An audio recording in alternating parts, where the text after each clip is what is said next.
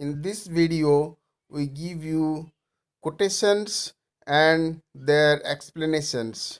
Please subscribe to our channel to get more such quotations and their explanations.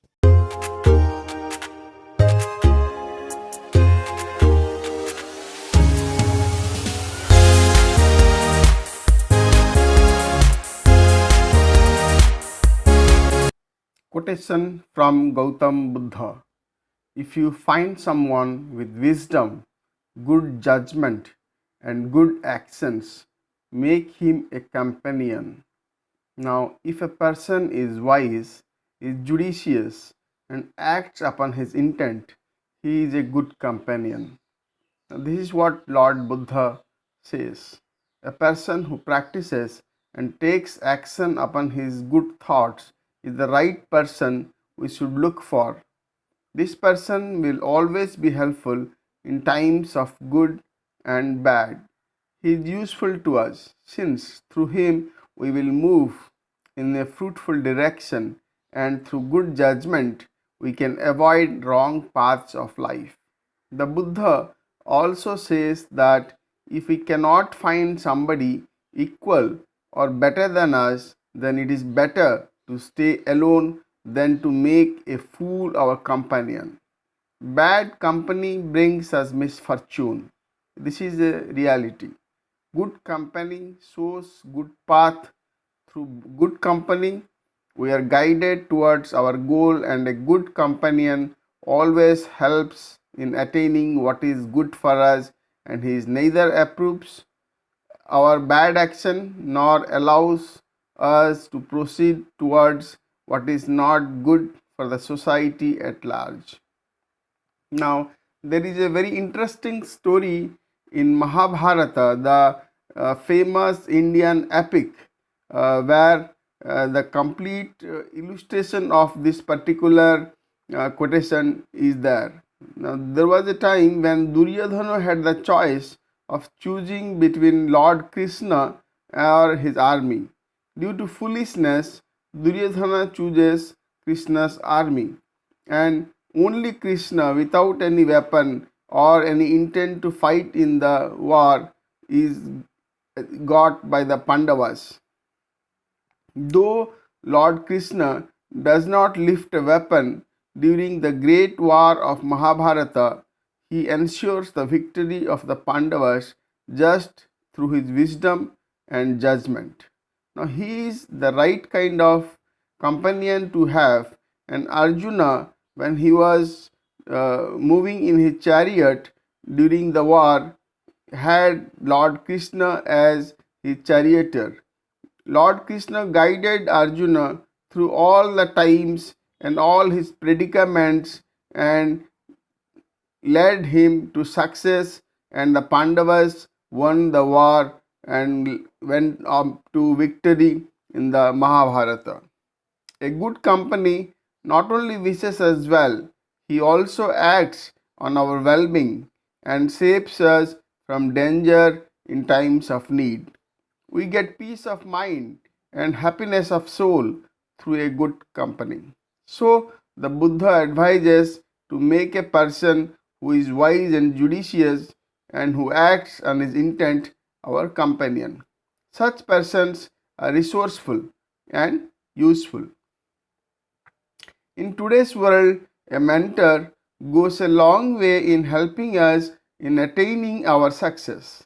To have a mentor is one of the most essential things in our life. During student life and through our youth, we come across many situations when it is difficult to decide what is the best thing to do. And in such a situation, a mentor becomes the most useful asset. He can help us find direction. He can tell us where and how to find what we need.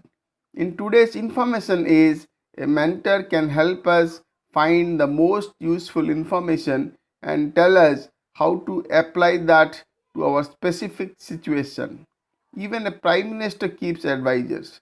Every CEO or chief executive officer is advised by some experts who bring their expertise to help the CEO function and take decision. Nobody in today's world can be self-sufficient.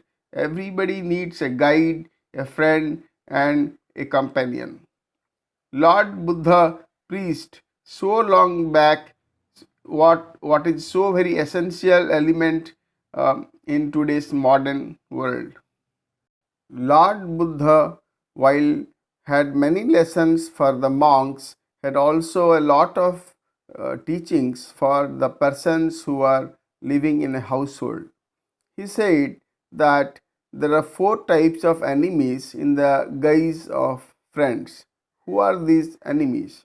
A grasping person, a smooth spoken man, a man who speaks only what you want to hear, and a man who helps you waste your money.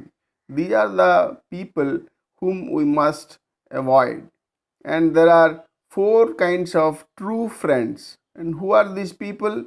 A man who tries to help you, a man who is same in happiness and sorrow, a man who gives good advice, and a man who is sympathetic to ascetics. So these are the four types of good friends that we should have as near us. So the person who is appropriating his friend's possessions, he renders lip service, or who flatters, or who brings ruin. These kind of persons are actually enemies of ours, and we should always avoid them. Now, there is a person who gives little and asks much. There is a person who is who does his duty out of fear, and he associates with us for his own advantage. Such people we must avoid, says the Lord Buddha.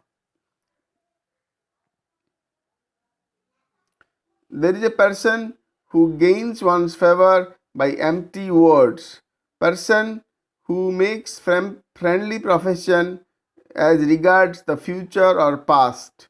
These persons are always to be avoided. A person who approves friends' evil deeds, a person who disapproves his friends' good deeds, a person who praises in the friend's presence, a person who speaks ill in his absence. These are the persons who are friends in the guise of, or enemies in the guise of friends. There is the person who is a companion who indulges in intoxicants and cause infatuation. He must be avoided. The companion who in sauntering who is a companion in sauntering in the streets in unseemly hours, a companion who is frequenting theatrical shows, and a companion who is indulging in gambling which causes heedlessness. Such persons are bad companions. The person who provides lip service, the person who flatters us, these persons are not useful to us. Thus, we must avoid them. So, this is how Lord Buddha distinguishes between a good companion and a bad companion. So, thus brings us to the end of the explanation of the quotations.